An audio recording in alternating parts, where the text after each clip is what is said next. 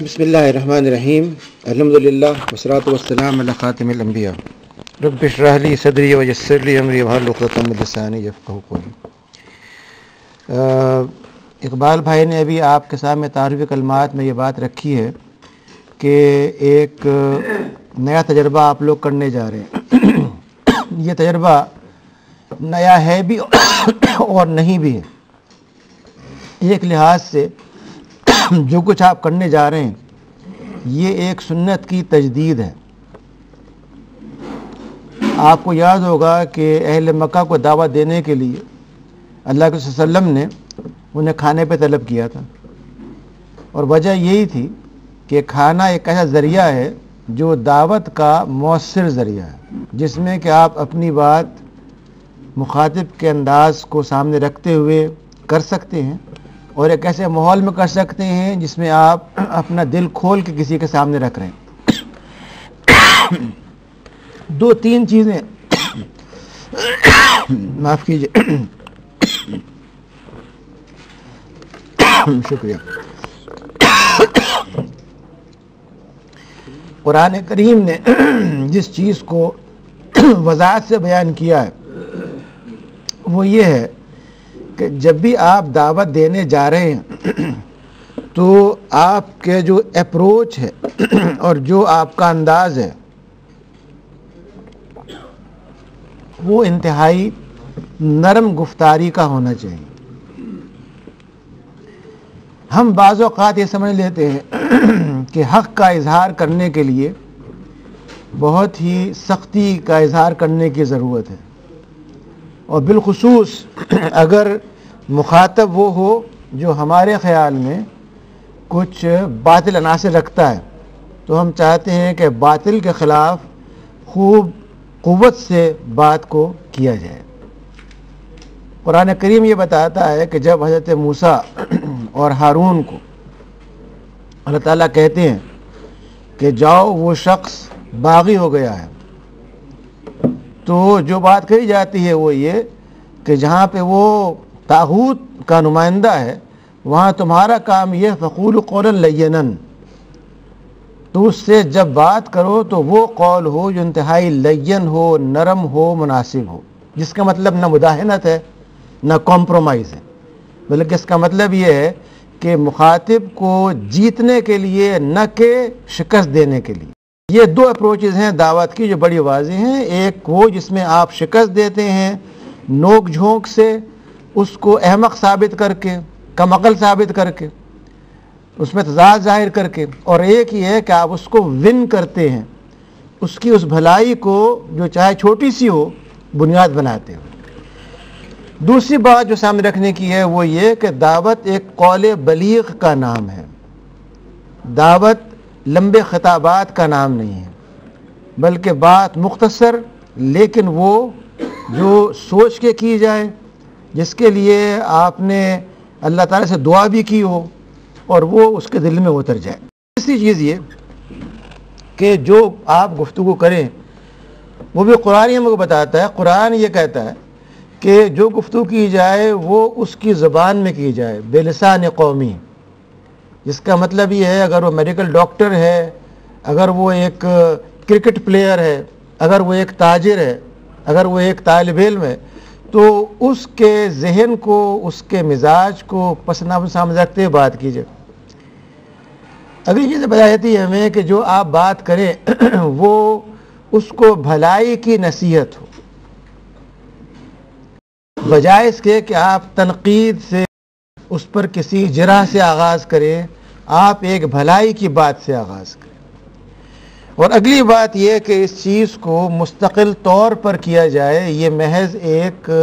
وقتی کام نہ ہو۔ یہ وہ چیزیں ہیں جو بنیادی اصول ہم کو ملتے ہیں۔ جو کام آپ لوگ کرنے جا رہے ہیں اس میں پہلی بات آپ کرنے کی یہ ہے کہ جو دو تین افراد ساتھ جائیں گے وہ اپنے میں سے کسی ایک کو اپنا امیر متعین کریں۔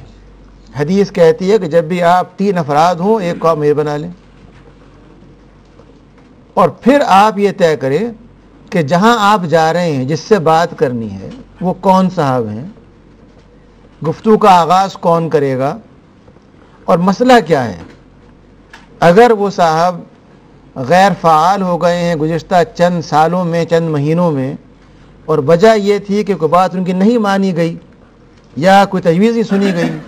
یا کوئی اور معاملہ تھا، تو بجائے اس چیز کو بنیاد بنانے کے آپ کسی ایسی بات سے آغاز کریں جو مختلف فی نہ ہو۔ قرآن پاک یہ کہتا ہے کہ جب آپ کوئی مکالمہ کریں، گفتگو کریں، تو آغاز کریں کامن گراؤنڈ سے، جس میں میں سمجھتا ہوں کہ موجودہ حالات میں سب سے بہتر نقطہ آغاز آپ کے لیے پیما کی وہ ایمیج ہے جو اللہ تعالیٰ نے خاص کرم کر کے آپ کی بنا دی ہے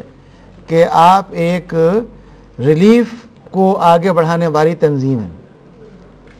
اس ریلیف کے اندر کیا ان کا کردار ہو سکتا ہے، وہ کیا کام کر سکتے ہیں، کس طرح انوالو ہو سکتے ہیں، مقامی طور پہ کیا کر سکتے ہیں، یا جو اور چیزیں آپ کے ذہن میں ہوں بطور ترجیحات کے، اس کو آپ بیس بناتے ہوئے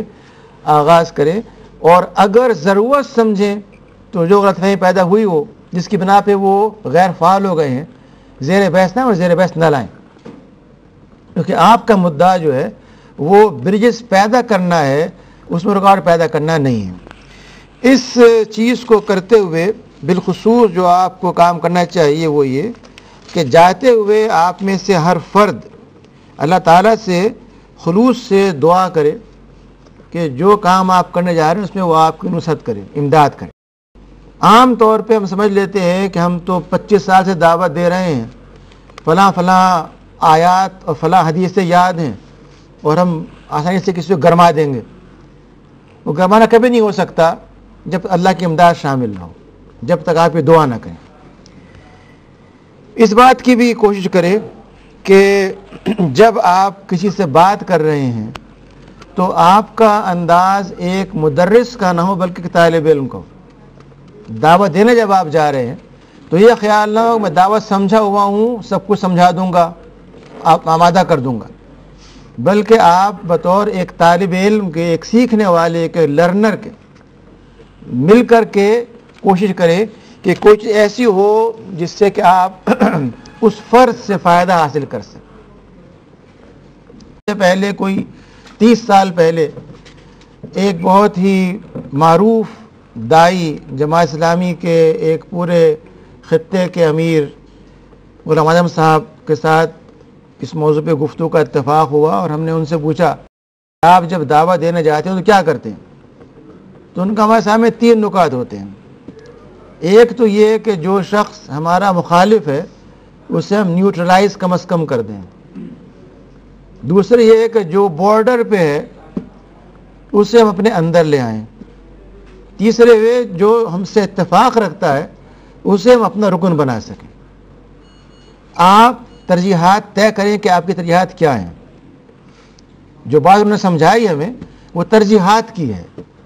وہ اس چیز کی ہے کہ آپ دعوت جب دینے جا رہے ہیں تو آپ اس کو پلان کریں۔ یہ نہیں کہ آپ جا رہے ہیں 10 منٹ کا سفر ہے، اس میں آپ لطیفے بھی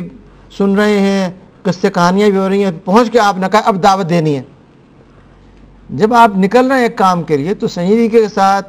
خلوص کے ساتھ دعا کرتے ہوئے اس کو پلان کر کے، لیکن اس میں یہ نہ ہو کہ وہ انتہائی فارمل ہو جائے،